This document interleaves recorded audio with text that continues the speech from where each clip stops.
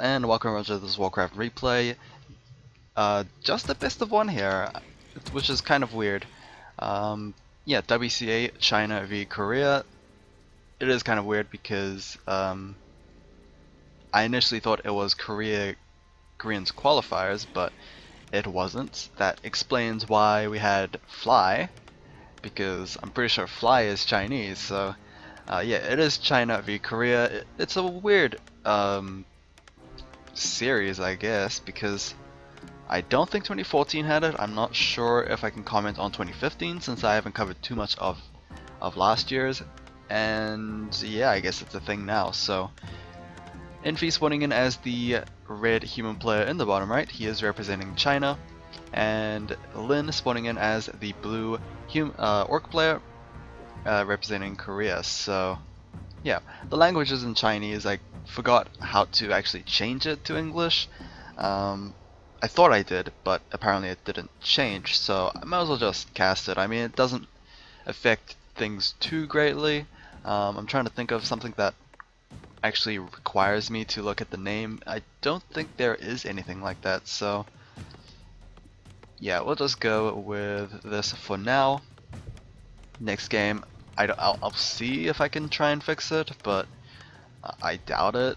I mean, it doesn't impact the game too much, so you know, why worry about that too greatly, but I'll see what I can do.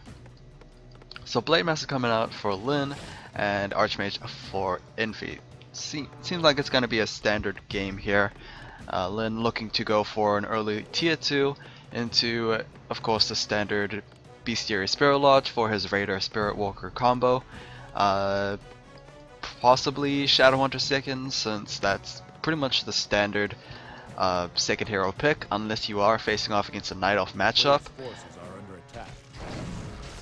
And Infi's probably like a little bit more restricted since he is facing off against an Orc player.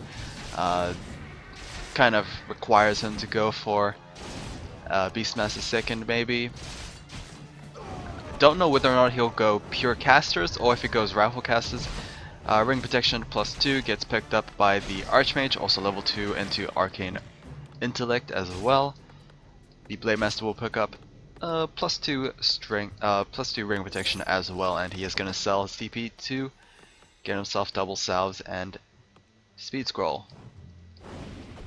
Cloak of Shadows from the Apprentice Wizard's camp, so not too useful items for our red human player here.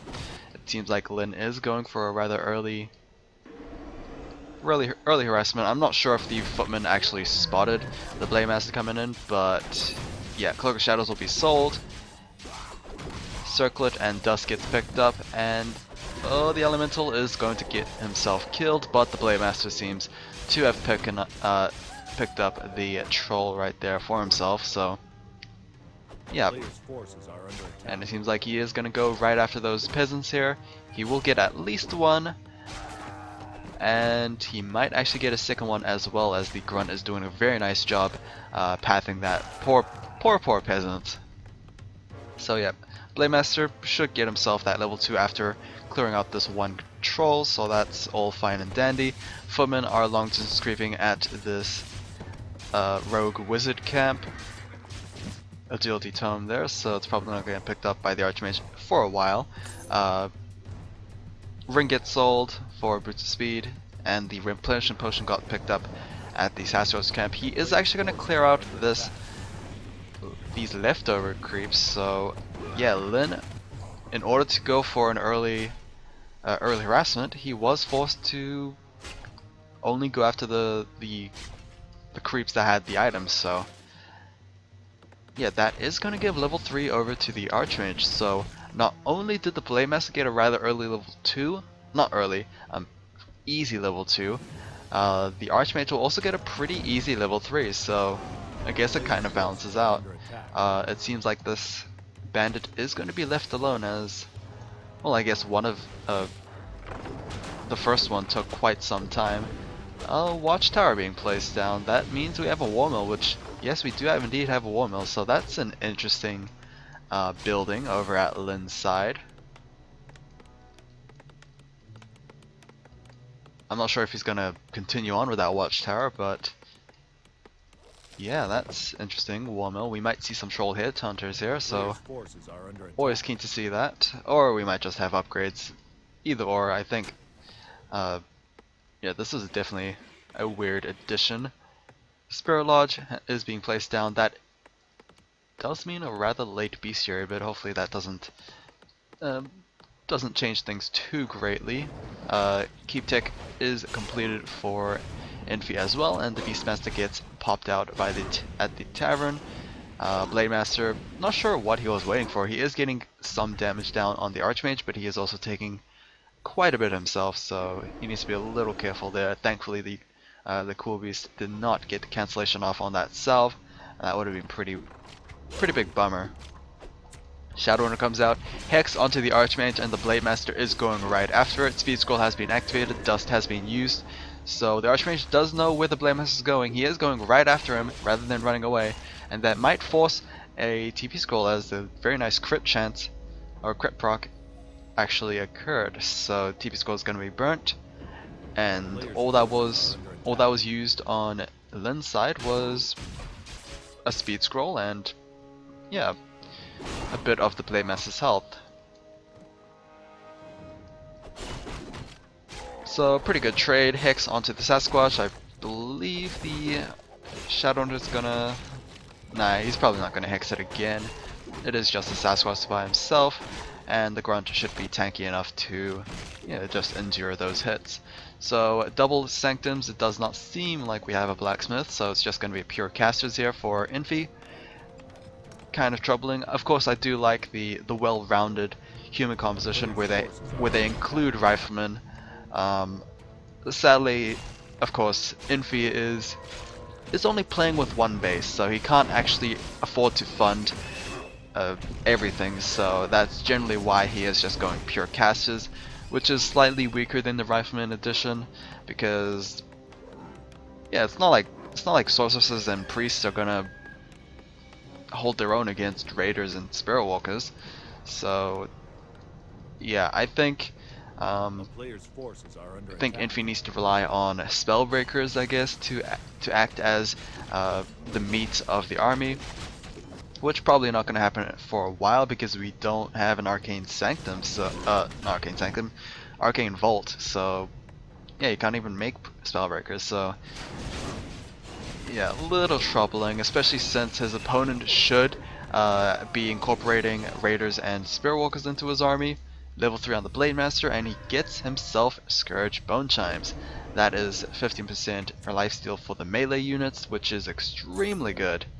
He's also going to pick up Healing Scroll as well, so yeah, it seems like he is rather willing to fight a full-on fight, I guess. Kind of low mana on the Beastmaster and the Archmage, but hopefully they will rely on the Arcane Intellect. We have a Kodo out as well. Troll Headhunters are being added as well to the army composition, so yeah, Water Elemental gets focused down extremely quickly, which is rather surprising. You can see those crits are starting to hurt. Blademaster looking for any easy assassinations. He is going after the Footman. Oh, he's just one attack away, but he is choosing to run away. Actually, no, he does get it. You can see those melee orc units recovering some of their health. It will eventually add up, I guess.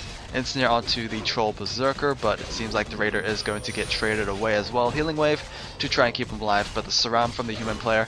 Speed Scroll is actually going to be used to try and make things seem a lot less scary for Infi, and his Beastmaster is trying to run away. His Archmage almost getting stuck there, but I think he is also out as well. Priests are falling, footmen are dying, and yeah, wow, that was very lucky. Crit chance once again.